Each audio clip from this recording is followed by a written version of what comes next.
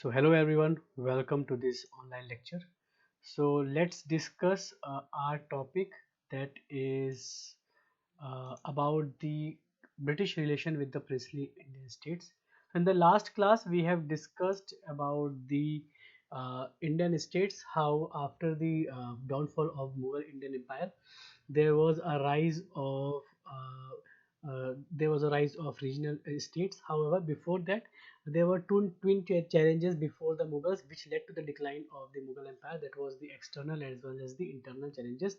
External challenges include the foreign attacks by Nadir Shah as well as the Ahmad Shah Abdali, who looted India, who captured the large territories of India, and who ultimately uh, gave a big blow towards the Mughal Empire. Right?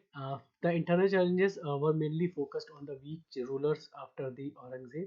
So many weak rulers after the Aurangzeb, they crippled, and they did not were able to consolidate the Mughal authority as their forefathers were. So all these led to the rise of regional empires, rise of regional kingdoms because of disintegration of the Mughal forces. So many regional empires now grew. That is mainly were three major empires, that was Awadh under Sadat Khan, Murshid Quli Khan of Bengal, and Successor. So these were originally the three governors of these three ruling provinces, and these three ruling provinces became the three successor states or provincial kingdoms under the umbrella of the Mughal Empire. Right. So we have discussed how the British consolidated their conquest over the Bengal. So Murshid Quli Khan was leading as the Nawab. However, after him, the things got changed, and Murshid Quli Khan was later on led by Shuja-ud-Din. So Shuja-ud-Din was able to consolidate a bit of Bengal, but slowly by this time the Britishers started expanding, and they started opening multiple trading ports in the Bengal region. All these things were not liked by somewhere by the British, by the Bengal Nawabs. So after Shuja-ud-Din, Sarfaraz Khan came for a brief period, but later on the consolidation of the Bengal province was done by Alivardi Khan, who came into power by killing Sarfaraz Khan. So Alivardi Khan ruled for almost for 16 years, from 1740 to 1756, and he was a very strong governor of Bengal, who captured power through his own manner. Right. During this period also, the Bengal now thrived as a very important center, because all of the northern of India was being attacked by Ahmad Shah Abdali or by the Nadir Shah or by Marathas, but Bengal was immune to all these threats. So and Bengal prospered during this period of time, unlike the northern region.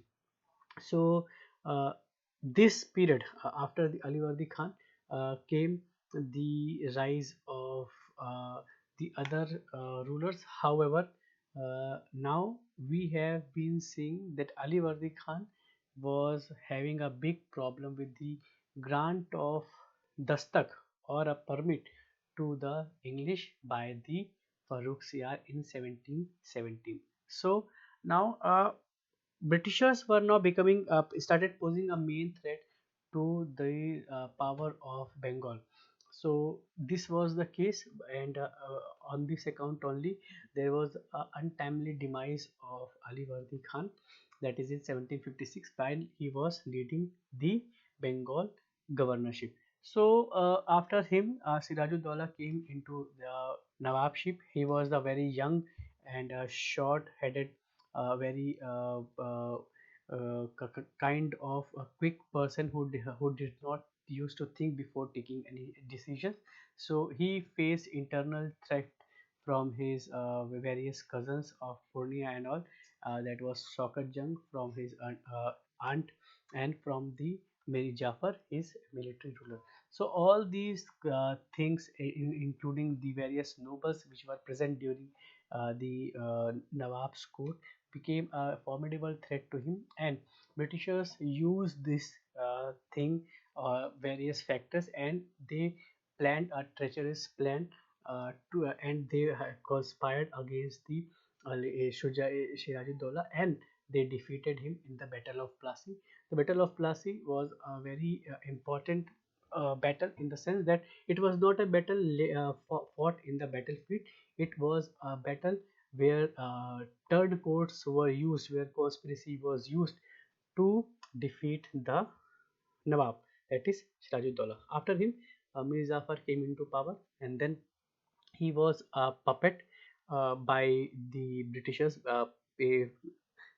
posed as the ruler, and he was granted various puppetry sort of rule, where all the revenue was given to the Britishers, but the running of the government was burdened on the Mir Jafar, and this was not liked by him, and so he started making some plans with the uh, Dutch in the Battle of Chinsora, or named as Bedara. However, the Britishers quickly they defeated Dutch, and they now removed Mir Jafar with Mir Qasim, who promised Britishers a large sum of money. So Mir Qasim came to power, but the reality once again hit Mir Qasim that Britishers are exploiting Bengal's province and Bengal's economy.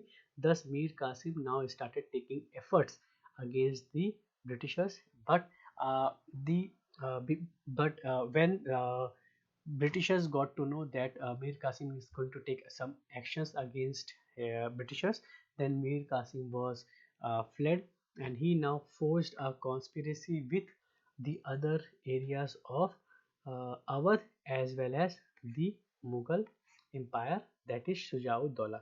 So now they formed a confederacy of three forces, where these three forces now started Battle of Buxar. However, the Britishers proved powerful, and they defeated the combined forces of these three.